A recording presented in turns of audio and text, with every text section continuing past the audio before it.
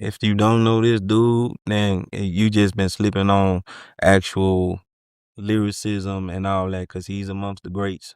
I commend you as well as Man, how you gonna do an intro on me after I do an intro on you? I was in my head. I said, "Watch the backslash." Number love, man. I gotta give it back where it's due, because like I mean, I was I was nothing before you was doing all this and everything, and me hearing in Hearn and Calvert, Texas, Klondike Cat and South Park Coalition and ranging from listening to NWA and all of these different cultural and area sounds, the lyricism, the volatileness, the heartbeat of the street, never stepping foot in there, and just hearing it with your ears, really listening, and just getting to hear and see all these pictures being painted.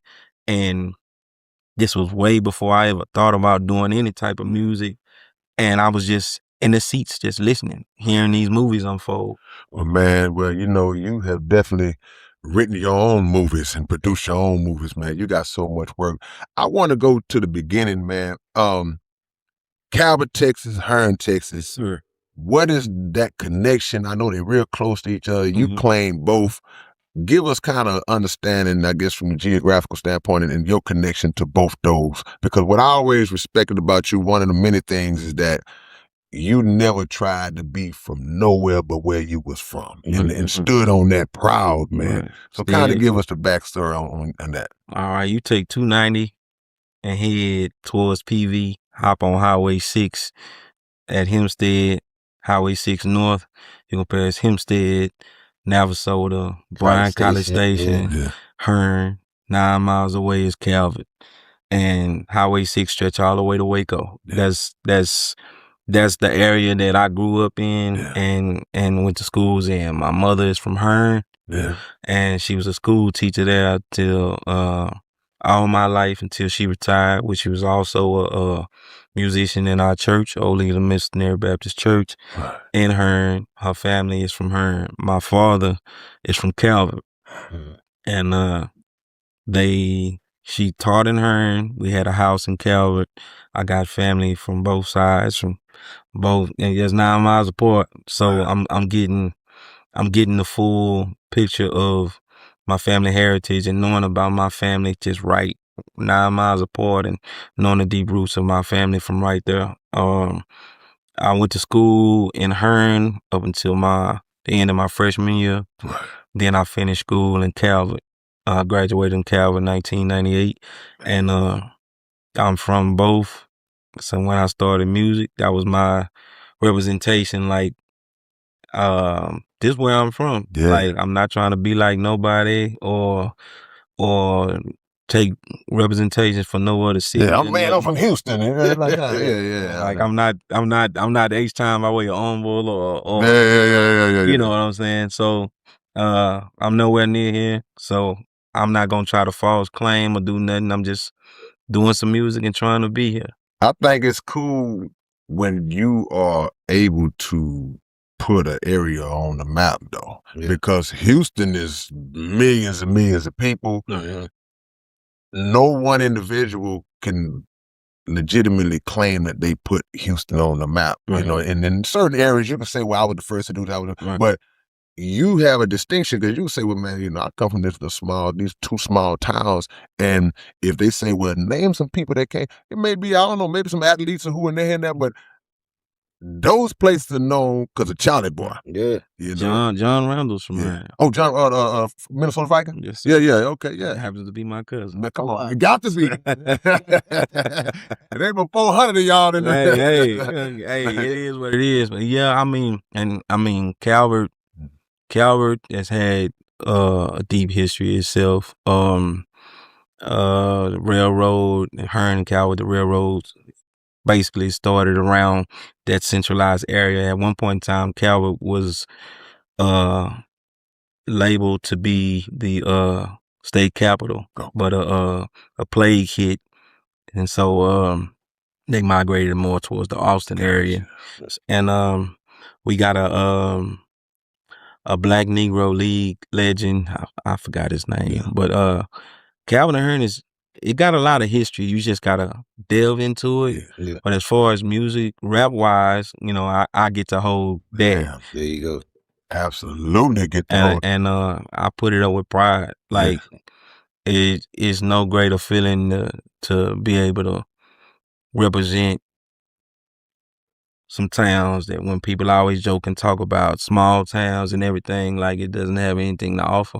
You got to be honest, man. A lot of small towns all over Texas represent a lot of things in college and everything. They might have moved to the city on the end, but for the most part, like it's doctors, lawyers, and everything from all over small towns, going to big schools and getting them degrees and coming back and represent for their towns. It's never really just talked about or given credit enough to. And I'm gonna make sure my town's credit is due. That's what's up. I remember when I was staying, I went to A&M Consolidated for 1 year in Bryan College Station, and I tell K all this all the time, but those small towns, the impact hit harder. Because when I went to College Station, I didn't know so many Botany boys was out there. And then when I had the job at Hearn once. Right. I didn't know this, but it's a national. It was a plan where we created like the toilets, but they had the same toilets that be in all of the all over the world. Right on the right side, that big blue building. Yeah. I worked there for about a couple of months, man. So I was like, yeah, Hearn had a good nightlife too, man. It was just it was just small, but everybody know each other. Man, people, talent and skill is not relegated to just big. Man, God deposited greatness everywhere in every crack of corner. For you to be able to come out and then just all of a sudden now you're a world figure like this. When did the music take off? Because I've told you this a couple of occasions. I had a homie, man. He would just, man, he introduced me to you like just when you was getting his truck, Chalie Boy. He would play it. I don't know how he came, but I'll be like, I mean, who is that? And just to hear the energy, to hear the skill set, to hear the harmonies, the rap. I mean, fast, slow, whatever. Every level, man. What is the origins of Freestyle King? What came first? Was it Freestyle King? How'd y'all link up and get that whole thing going? The Freestyle Kings, Dirty Third Records, was founded by Chris Wilkinson, aka DJ Bull, while he was going to Sam Houston. He's from Huntsville. Partner of his name, B Nord, aka Donald Gambrill, R.I.P., was the guy that found me. I was working at Sanderson Farm in Bryan, and every Friday they had a couple stores that they were selling their own music, of course, mixtapes and other hip hop and all of that. But they were trying their best to start promoting their group. I came along in 2000. I don't know exactly how long they had been up and running by then, but I would come in every Friday from Santa's Farm, a chicken plant, and I would buy a rap CD, a R&B CD, and a Screw CD, whether it was Screw with the screwed up click, or it was still called somebody else that did somebody else, right? Which Dirty Third was working on. The initial group was DJ Bull, Tight, Rhino, Dez, Patchy, Big Red, and Sir Coop. That I knew of, and I think there was a guy that was a part of the group, but he didn't stay long. His name was Jamal LeBlanc. I think he was from Houston. Tight was from Bryan. He was going to school at Sam. Rhino was going to school at Sam. Bull was going to school at Sam. Big Red was still in high school. He from is Eggenholm, Fofo the same thing? Yeah. I don't want to get it messed up. So Red, if you see this, don't get mad at me. Yeah. So and then that was around the time I got funneled into the group because I was buying some music at the store, and a couple of people from high school would come stop by the store. Some ladies, and it was one of them birthday. I sang happy birthday. And, in the store? In the store. Yeah, okay.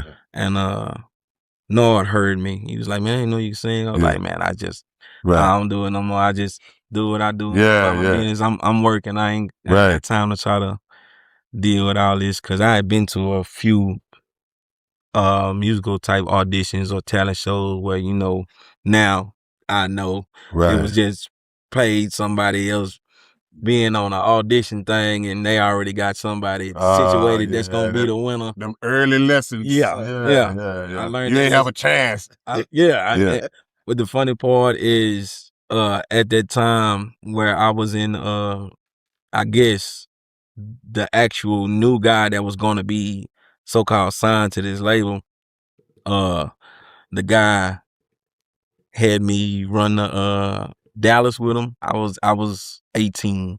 No, I was 18. Right. I couldn't even get in a strip club. So they go to Dallas and they talking about doing some business, and I'm riding with the dude that won. I'm like, wait a minute. I know this nigga. Y'all together? Yeah, he part of the label. Oh, so y'all had this rigged anyway. Yeah, the fix was in. I was never gonna win the money. Yeah. But you trying to get me now? Okay, man. You fix gonna be in. You know what I'm saying? And it didn't work out. Brother K Reno, look, man, the Underground Dialogue website is back in function. We back in motion, man. If y'all want Underground Dialogue podcast merch, whatever you need, go to undergrounddialogue.com and check us out. And always make sure that every Wednesday night, y'all are checking out the Underground Dialogue podcast right on YouTube, 9 p.m. Central Time. Yeah! What's up, man? It's your big brother, K Reno. And check this out, man. The Underground Dialogue podcast is offering advertising opportunities, man. You can promote your business. You can promote your video, your song, whatever it is that you have, man. Reach out to us if you're interested in promoting on the Underground Dialogue podcast. All you got to do is email us at undergrounddialoguepodcast@gmail.com. Get it.